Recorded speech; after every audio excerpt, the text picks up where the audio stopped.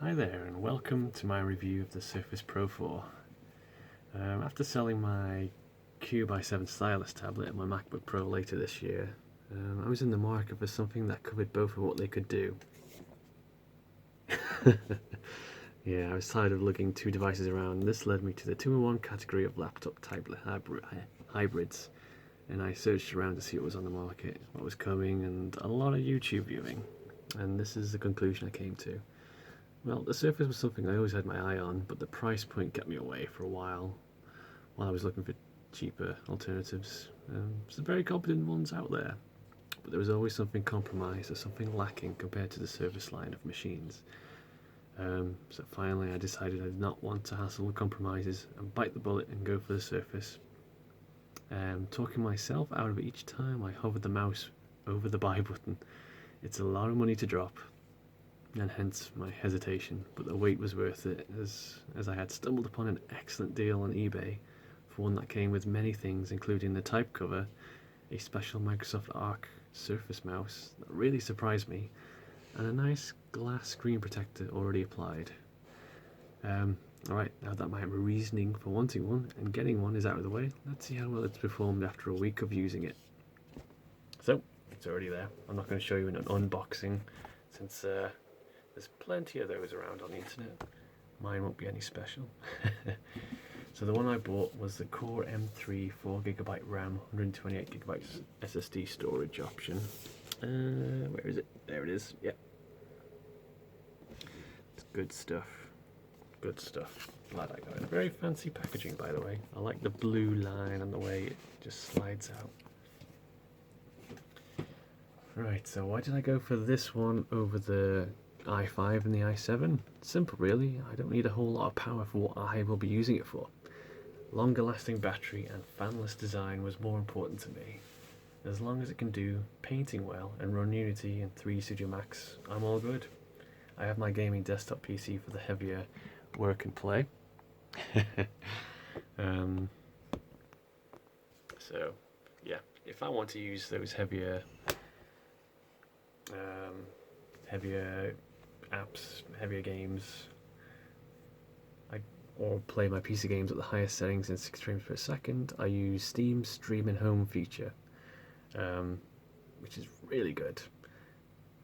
I wanted to make sure that whatever 2-in-1 I bought had excellent Wi-Fi, so dual band AC was important, and boy does this thing deliver. I can handle incoming streams from my gaming PC at 1080p 60 frames per second without any problems. Input lag is hardly noticeable too, at least for me when I play mainly single player games. Okay, so that's only really useful for when I'm at home. I might as well be using my gaming PC, but the Surface works really well when I just want to sit down on a couch and play those games on a nice large TV. Okay, so back to the hardware. Let's take a look at the ports and what options we have. Here we have the magnetic connector for the power. As you can see, it's already in. It can go in either that way or that way. It works. It's quite strong as well. It's good at aligning itself in the slot. It's good stuff. What else do we have? Let me just get that out of there. USB 3. Full size USB 3.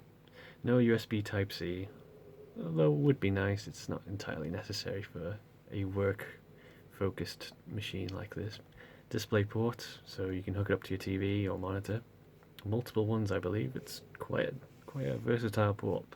I can't get sound to go through it, but I assume that's because it's display port. Not doesn't do the same thing as HDMI. On the other side, you've got the 3.5mm headphone jack. Let's see, will it focus any closer? I think I'm too close. Anyway, on top you have the power button or sleep button, sleep, wake, and you got your volume rocker. And on the back, an autofocus camera and 2 microphones for noise cancellation, and there's also one on the front. Speaking of the front, let's have a quick look at Windows Hello, and that really surprised me. That really shocked me. What it can do, how fast it logs you in. Right. Oh yeah, I forgot to mention one more thing actually. Underneath the kickstand is a micro SD card slot. Very, very useful for expandable storage. I'm not sure what the maximum is, but I'm sure it's plenty for this kind of device. I've got a 32 gig only in there, so I'll need to get a bigger one eventually. Let's pop that back up. Lovely kickstand. I really, really like the kickstand. For a 2-in-1, it's such a great idea. Okay, so the top front, we have an array of sensors and camera. I'm not going to show you just yet because it's just so fast how quickly it logs me in. But yeah, it's got an array of sensors on top. It works even in pitch black because of its IR light and the other sensors to pick up your face in complete darkness. It's amazing. So in bed you can flip it open, read a book, you're instantly logged in. It's that fast. Also has some microphones as well, which sound really good. I tested the microphone quality just to see how well it holds. Right, sounds good, sounds great. Alright, ready to see how quick this logs me in? Wake it up, look at it, making sure it's me, log me in. I didn't have to type a password or enter a PIN or anything like that. It's really amazing. Okay, so build quality is right up there. It feels superb in the hands and not too heavy to carry around despite its almost all metal and glass construction. On the go, this is very competent. In tablet mode, it's a pleasure to use for browsing the web and watching videos, which is most of what I do on my phone, but on a nice big high resolution screen. It's a much better experience. Much better for consuming entertainment. It's a little heavy to hold one-handed, but this thing has a great kickstand, so I use that whenever I can. Having the keyboard as a snap-on accessory is really great. It just works. And it has very little weight itself as well. It's very light. And I love the felt cover, the felt feel of it. Although it can look mucky, a bit dirty if you don't take care of it, keep it clean. What else should I mention? Yeah, when you have this on your lap, there's very little weight of the laptop, the keyboard part itself. Most of the weight is distributed to the base of the surface and the kickstand to some degree. Most of it is in the middle, which is good center of gravity, you could say. Yeah,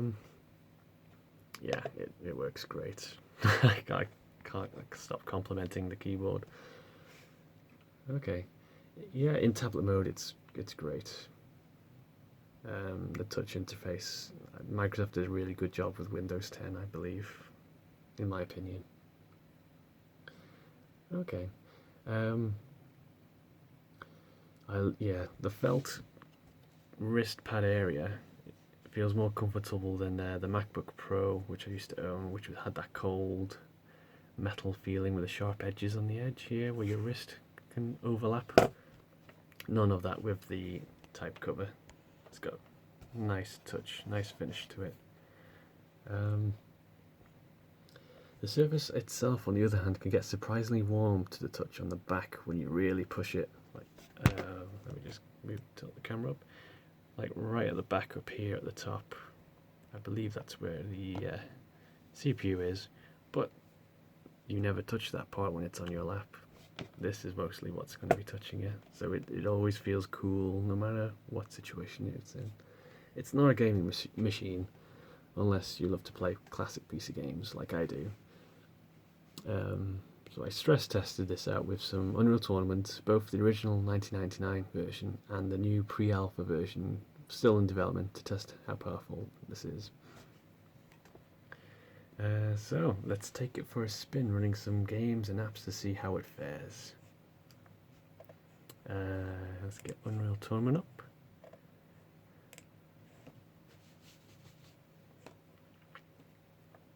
I am a classic first-person arcade arena shoot 'em up first-person fan. That's a lot of words I just said, all mixed up in one. Let's play on novice for now. Don't want to auto-adjust scale. The speakers are really good, I have to say.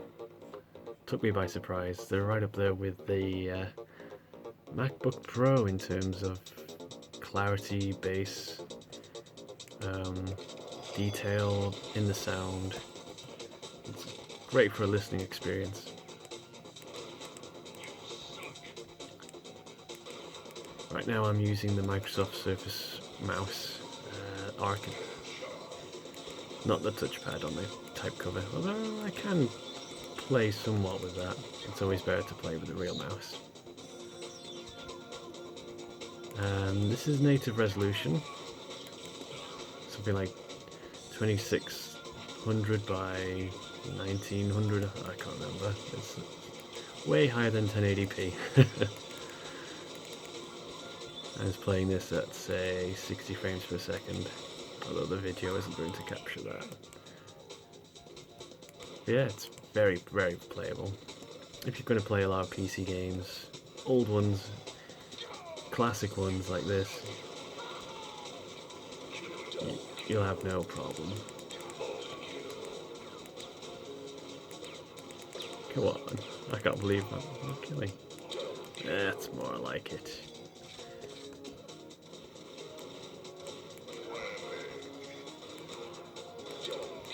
That's right. Okay, that's enough of that. There, that runs at high settings, of course, no problem. Let's try the 2016 version of Unreal Tournament. This really surprised me. It performs much better than I was expecting. I was expecting something like what an Atom would struggle with. But the Intel HD 515 graphics, integrated graphics, is quite capable. Far more capable than I thought. So Intel and Microsoft did a great job optimizing the graphics for that, especially for the resolution this screen is. However, I don't play this at native resolution unless you want to see a slideshow. I play it at, say, was it 800 by 600, and then I lower the percentage as well. Let's see the settings. Oh man. Yeah, 800 by 600. Low, medium. And the screen percentage, 75%. That was the most tolerable I could accept, the frame rate and the resolution. And it really surprised me. So let me just play the work in progress shell version of that classic map I was just playing. Deck test. No bots. Okay, novice bots. Why not? I want to look good. Because I am good. As you can see, it's running this very well. Of course, at such low settings it should. 3, 2, but on a tablet, here we go. Yep, I'd say the frame rate looks to be between 40 and 60, depending on what I'm looking at. But it's playable. It works. So if you're willing to accept lowering the settings, it can handle it. At least the shell maps. How well do you think it worked with the finished maps? We'll see. That also surprised me. I didn't think it would run this well, but it does. Okay, let me try the more demanding maps. Play, create a match. For the non-gamers there watching this video, I apologize. I won't be spending too much time playing this. I will get to apps after this.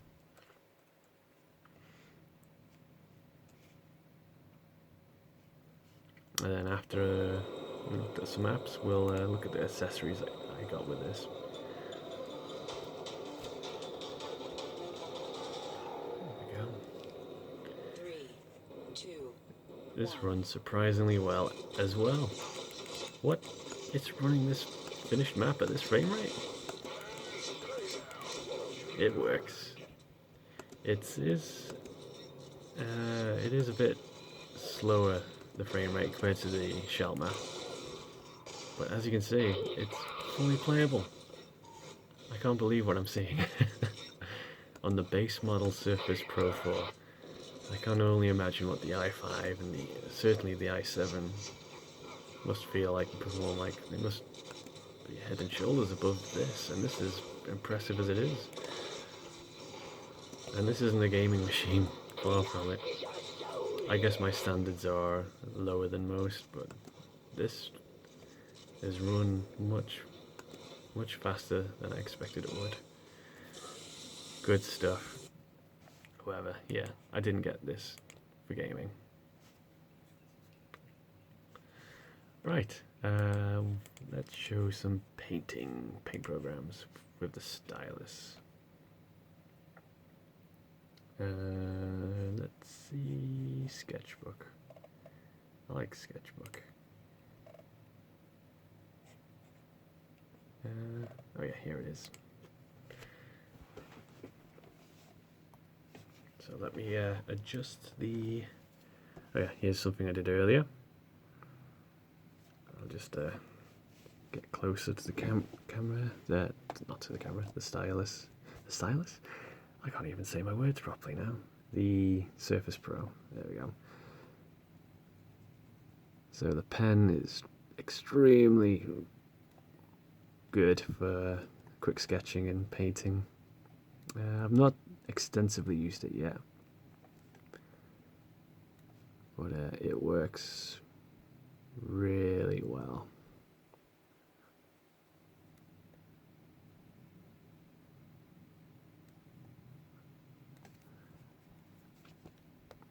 It has one button on the side.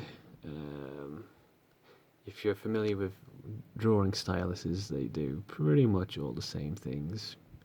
It's your right click button, or you can assign it to a hotkey or another button of your choosing.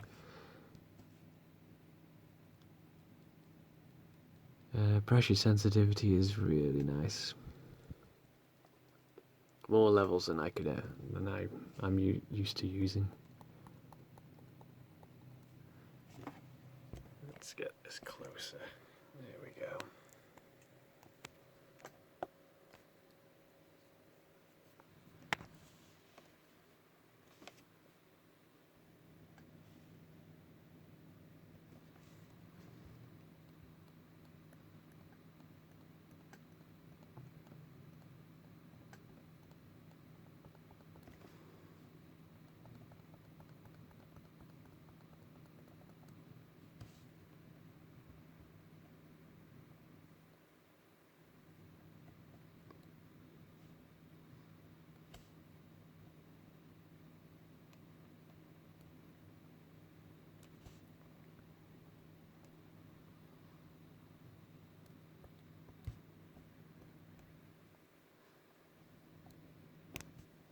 Yeah, that's a quick demonstration of the pen. It's excellent. I will be using it more extensively in the future. I'm not the greatest artist, but this I feel will make me really get into it again. It's good stuff, great fun. Right, so let me just close that. And let's take a look at the rest of the accessories then. Let me just get this a bit further out and look at the keyboard. I think we already looked at it, but we'll take a closer look at the keyboard itself. The keys, coming from a 2013 MacBook Pro, it feels pretty much exactly the same the keys, the mouse, trackpad, the feel, and it's all in a very thin cover as well, very thin, and very, very light. There's hardly anything to it. Feels like a nice, really sturdy as well. No flex, no bend. There must be a solid sheet of metal in there to keep it from bending. It's very, very good. Strong magnets along the top as well. Another cool thing I noticed is when you have it like this, and say you want to fold the keyboard back, the keyboard deactivates and the mouse touchpad, so that you don't accidentally press anything while you're using it in tablet mode if you still want the keyboard attached. Fold it over the back like that. It's really very cool, that.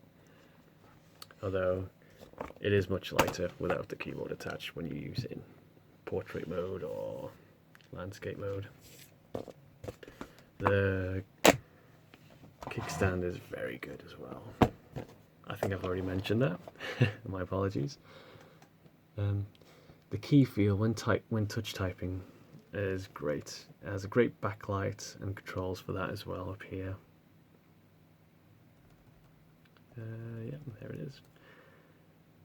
And another thing is the caps lock key has its own light as well. It's separate from the rest of the backlighting, as well as the function key as well. Oops, let's focus.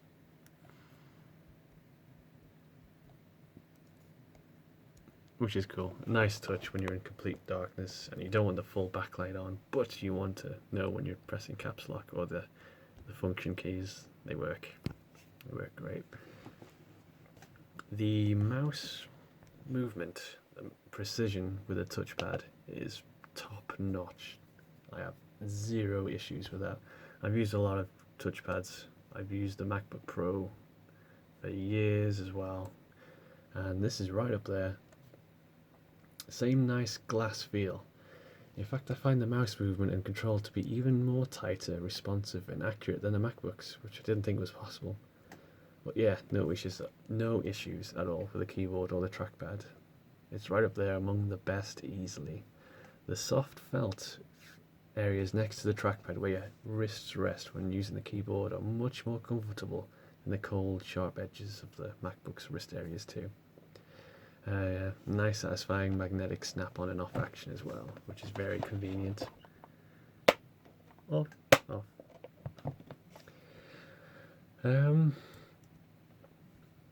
Now let's look at the, let me just get this back into position, and the camera as well. We will look at what I've been using to play the games, which is the Microsoft Surface Arc mouse. It's special. It's not like the other Arc mice, I believe, because this one has something fancy the other ones don't. It's something to do with the middle mouse button area. But before I get to that, how do you turn this on? You might think you just press a button or you just turn it on here. Nope. That's on. And if you want to turn it off, that's off. On, off. That is just genius. It's quite clever how they incorporated that functionality into the design for turning it on and off. Next cool surprise is how the mouse wheel works. Wait, there is no mouse wheel, you might say. It's a touch-sensitive strip in the middle between the left and right mouse click buttons, and it also vibrates to simulate tactile feel of the mouse wheel clicking as it scrolls. Yeah, take a listen. Let me turn it on. Let me get edge up. Okay. And let me just scroll. Oh wait, I'll have to get the mouse closer to the microphone.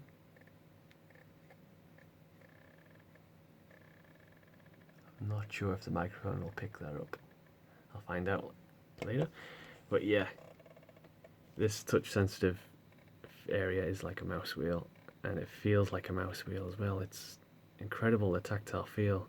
That, I believe, is exclusive to the Surface Surface mice. Not sure, but man, Microsoft really surprised me with this mouse. I just love how portable it is as well when you have it straightened out. You just slide it in your pocket or in a backpack. It's very light as well. It is a bit heavier on this end, but that's because that's where the electronics and the batteries are. But it's got a good feel.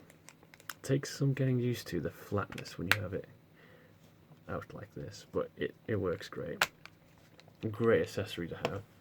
Bluetooth as well. No problems with connectivity or input lag or tracking. I believe it uses the blue, I forgot what Microsoft call it, blue laser technology. It's very good. Very surprised with that. Okay. We've looked at the pen, but we'll look at it one more time. One button and one button on top. It takes quadruple A batteries, which is, I believe, used to power the whole pen, but also for the button on top, which one click opens up OneNote. Very useful. The nub feels great as well. It's got that rubbery feeling, so when you're drawing on the screen, it doesn't feel like glass on glass or plastic on glass. It feels like closer to paper on, well, pencil to paper. It does a good job. Well done.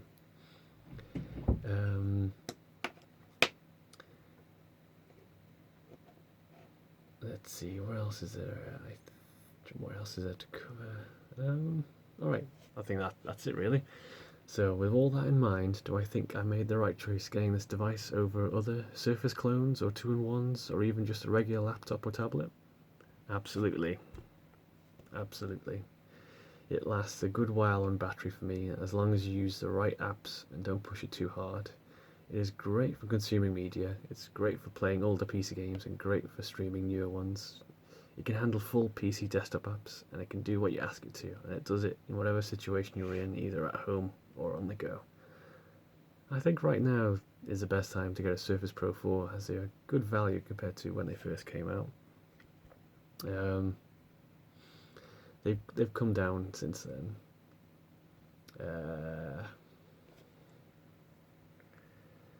Newer models are probably around the corner early next year, but for me this is cheap enough now and it does 100% of everything I needed to do, and that makes it worth it for me.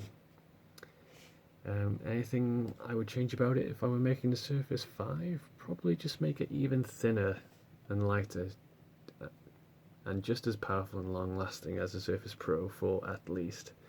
Maybe make the aspect ratio 4:3, so using it in portrait mode. It doesn't feel like you're holding a long screen. It's not as bad as the Q/7 Stylus and other 16:9 ratio tablets in this regard, but still something feels wrong when you're holding it this way. Unlike the iPad. Okay. Thanks for watching. Please comment, like, subscribe for more. Dave out.